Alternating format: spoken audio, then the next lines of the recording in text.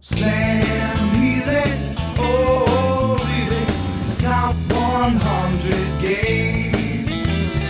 Sam Healey, oh, really, it's top 100 games. Sam won't be caught dead playing roads and boats. When people make him mad, he wants to punch him in the throats. Not the kind of grumpy, but he's also kind of fun. He's an army of one. Hey! Welcome to the best top 100 of all time. Woo! He's throwing the glove down. You haven't even said a game yet. That's right. Well, you better introduce yourself. I'm Sam Healey. I'm Zee Garcia. I'm Tom Bassel. All right. And they're just letting me be here. Yes. We're here to make fun of Sam's top 100. And they're probably going to poke a lot of fun at my top 100, but as I've said before, I care not. I am an army of one. You've actually said it in kind of a ruder way than that, but Yes. okay. But I'm trying to learn from my mistakes in the past. Welcome the new viewers. Yes. I'm actually a very gentle individual. All right. So what do we got? All right, I'm going to start doing my top 100 games of all time. You've already watched the introductory video, hopefully, explaining how I came to my top 100, but these are the top 100 games that I will be willing to play in almost any circumstance. Almost any circumstance. And we're going to start them by tens. So this video is 100 to 91. So we're just going to jump right in at 100. All right, my number 100 game is a game of card playing, and it is called Guildhall. Number 100, Guildhall. The thing I like about Guildhall is all of the combos that you can get out of it. You can has a little bit of a what do you call it? A special player powers element to it, because each kind of different person does a different thing, and that thing that this person does can combo well with what this person does, and you can get it to where they all kind of fire at the same time, and it really works cool. And I like that aspect of getting special powers to fire at certain time and combo off of each other. So that's my number 100, Guildhall. Does this include both Guildhalls? Either or, actually. I'll say that, yeah, it includes both. Yeah, but I don't think either one was clearly better than the other. Yeah, I mean... It's almost like one game, just right. Another version of it. Yeah, it's another version of it. So, what was the expansion? There was Guildhall, and then the expansion was... Job Fair. Job Fair, there you go. Job with an Fair. E. Job Fair with an E. Job Fair. Yeah. So either one is... Job Fair is standalone, although it is an expansion. It can stand alone. So you can actually combine the two as well. And that's actually a very fun experience too. So either or, Guildhall or Job Fair, they're both pretty much the same game. Cool. My 100 Guildhall. Keep going. I'm just curious. Curious. Why? Oh, let's see. Go ahead. Okay. All right, my number 99 is a two-player game from the Cosmos series, and one that I enjoy playing a lot over the past few years. Lost Cities. Definitely not Lost Cities. It is a game called Kahuna. Kahuna is where you are it's a very light back and forth game. Just for two people, you're trying to kind of a area control thing where you're trying to control different islands and knock people off of certain islands and controlling their islands and that type of thing. And there's a lot of, I don't know, it's just really, it had exactly the right amount of player interaction for a two-player game. It wasn't boring where you're playing one half of a solitaire game, the other person, you're actually interacting. And I thought it was a really cool balance of the two. Of interaction there. So number 99 is Kahuna. This is one that surprises me is on your list. I did not know you liked it that much. Yeah, I like back when we first started getting into playing games again.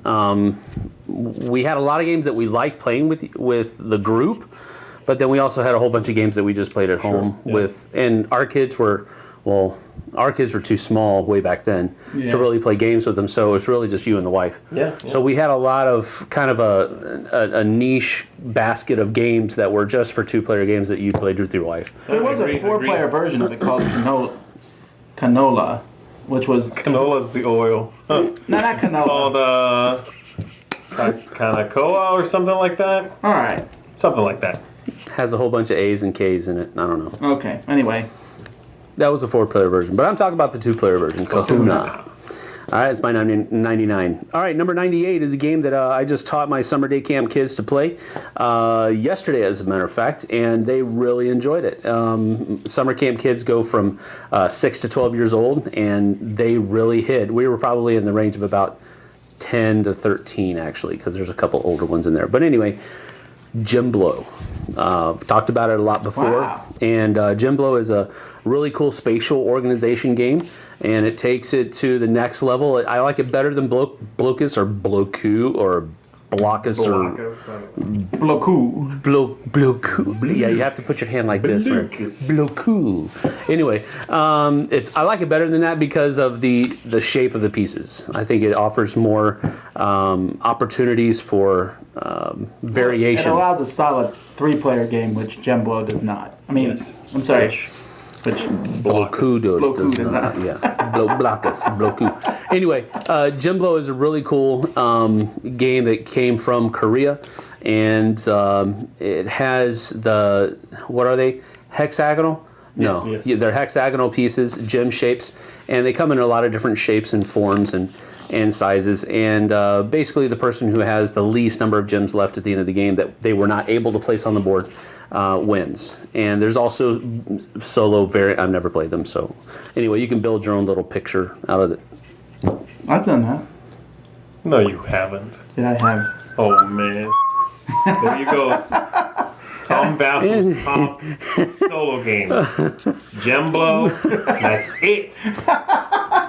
I was treating it like a puzzle. I don't know. I was. No, you can do that. You can treat it like a puzzle, where you build your own shapes. There was a picture, and you had to build the picture. Yeah. Shapes. Yeah, so it's very boring, but I don't know that it's boring because I've never done it, but I imagine it would be very boring. I imagine you would find it boring too. Exercise my mind. I can find a lot of different things to exercise my mind. All right. Anyway, Jemblo is easy to teach, harder to compete. That's kind of how I describe the game, but it's my number 98, Jemblo. All right.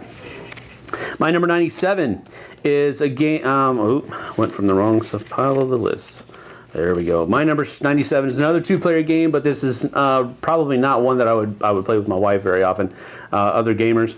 It's a historically based game called A Few Acres of Snow. Wow. Really? Yeah, I really like the game. And one of the reasons I really like it is because it fills It's broken. Don't get me started. Okay, sorry. You made my hand twitch. It's only broken if you play it too much and you think about it too much. If you just play the game to enjoy it, it's not broken. So stop overanalyzing games, people. All right? A Few Acres of Snow is a really good game, and it's a really cool game about often overlooked piece of American history. Yeah. Because when you're talking about the French and Indian War, it's kind of smashed in there between everything else that's going on, and it really gets overlooked, probably on the side of the Revolutionary War more than anything else. But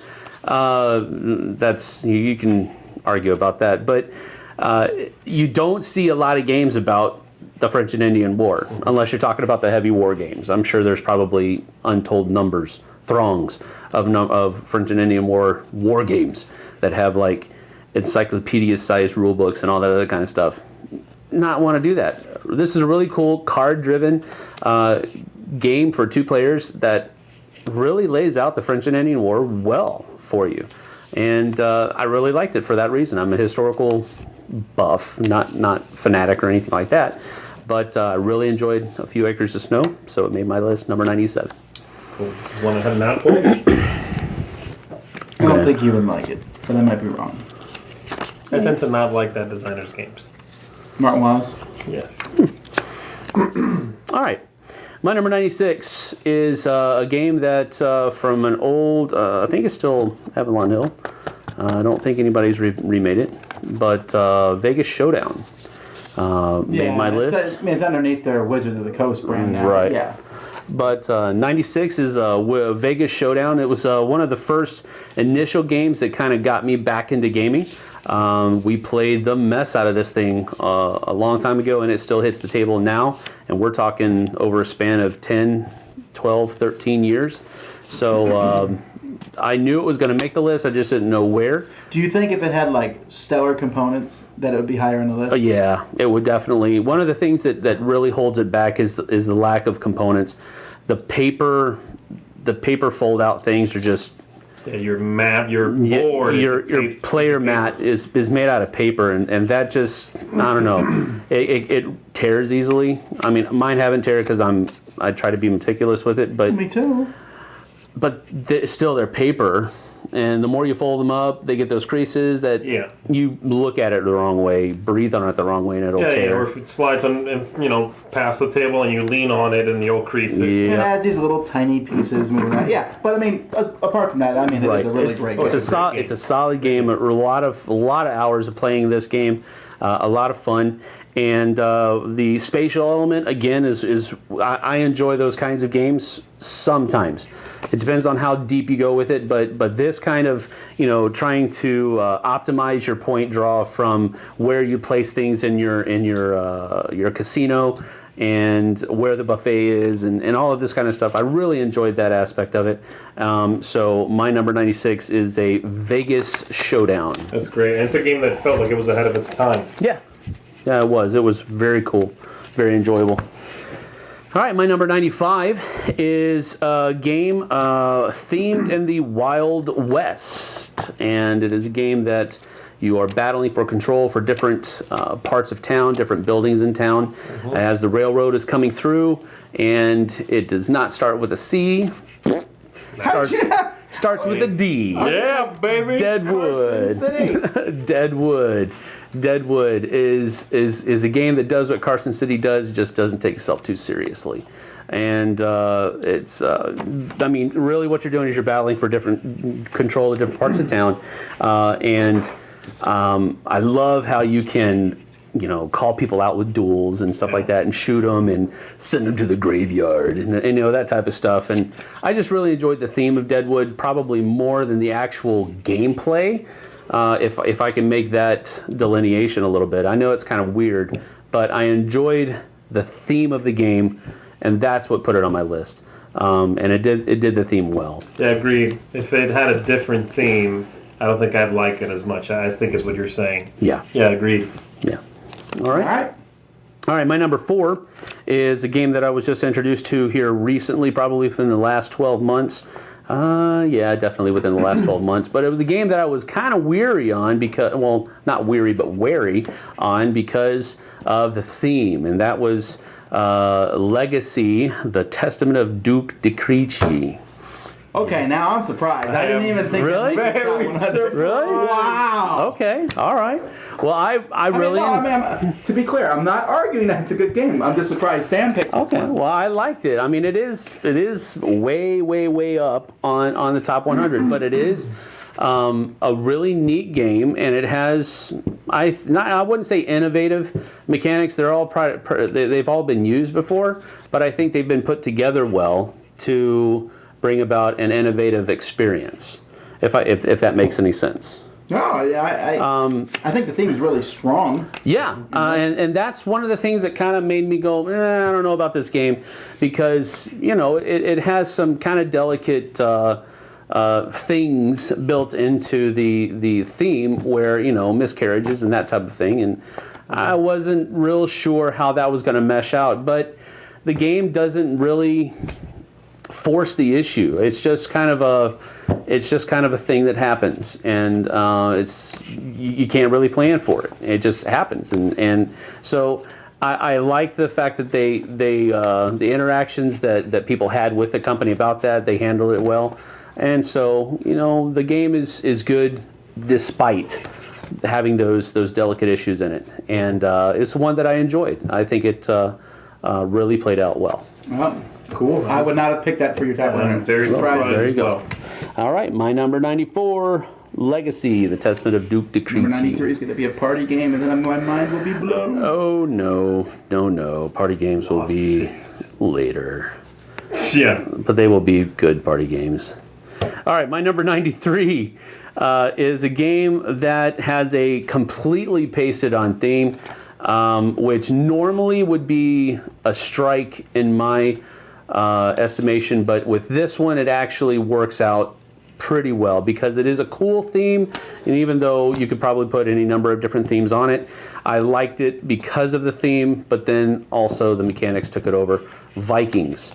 Vikings was my number 93. No way. Rondell. Yeah, man, the Rondell. Like Michael Kiesling's Vikings. You didn't know he liked this game? He really, really liked it. No. I really like this game, yeah. That's like my kind of Euro. I would never have pegged you for liking that. No, I like it's like it. that middle weight Euro that's like 45 minutes. Exactly. I don't like heavy Euros, man. I don't like heavy Euros. I didn't think you liked Euros that much anyway. Well, I can enjoy a good Euro if it doesn't take itself too seriously. You know, if it doesn't try to be too big for its britches, and that's exactly what Vikings did. It had a pretty cool theme on it, even though, like I said, it was pasted on. Yeah. It was one of the, I don't know, probably not one of the only, but one of the few that I knew about games that had a Viking theme to it that I actually enjoyed playing.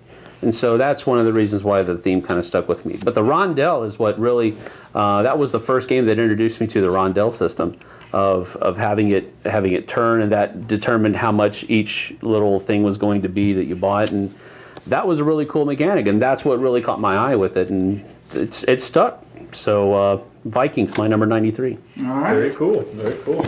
All right. My number 92, first party game, filler. Well, it's not really a party game, I guess. It's definitely a filler, but I think it's cooler than party games, and that is No Thanks. That's not a party game. That's not a party game. Okay, it's not a party game, but... As long as you play it correctly. Yeah, I heard about this too. Yeah. Taking cards just to spite Eric. Yeah, I remember that. No Thanks is a really cool filler game where it's almost a reverse auction almost. You're trying to not get things, and you're trying to get the lowest point possible, and you're doing it by simply saying no thanks. I don't want that one this time. Then there gets to a point where you actually do need to take it, or you want to take it because it's actually going to help you do better. But it's a really simple card game. You can play it in about 15 minutes, 20 minutes probably. And it's very light, it's very simple to teach. People catch on within a couple of rounds. And that's why I like it. You can pull it out, it's fast, it's fun, and it's light. So that's my number 92, No Thanks. And it's original. Yeah. Very original. Yeah. All right. And my number 91. My number 91 is another very light game that I can pull out, teach, play, have fun. People catch on to it really fast, really soon, and that is For Sale. This one made my list simply because of its ease and simplicity, and surprising amount of depth and choices that you can make for a game of its kind. It doesn't have, it's not a brain burner by any stretch of the means, but it is a game that you do have to put thought into, and if you play it nonchalantly, you won't do well. You do have to actually pay attention to what you're doing, what other people are doing, and it's flexible. It's been accepted by a large number of different groups of people. I can play it with my youth group. I can play it with my kids. I can play it with other gamers. I can play it with people that never played a game before, and it fits. It works. So it's an elementary yet solid auctioning game. And that's my number 91, For Sale. Well, hey, I didn't have anything to disagree with you here. I mean... Yeah, no, that's cool. It's I can tell already this is going to be very interesting because it's going to give you a bigger picture a decent amount of euros and it gives you a more interesting, fuller picture than Sam likes. This is who Sam is. He likes long American style games. This is it gives you a little bit more of an image. No, there you go. He's just lulling everybody in. That's right. You wait. Come here, my All right, if you want to see Zee's top 10, check it out we have it posted at the same time. Anyway, until next time, this is Sam Healey. And you've been watching the Dice Tower. In the throats. Not the kind of grumpy, but he's also kind of fun. He's an army of one.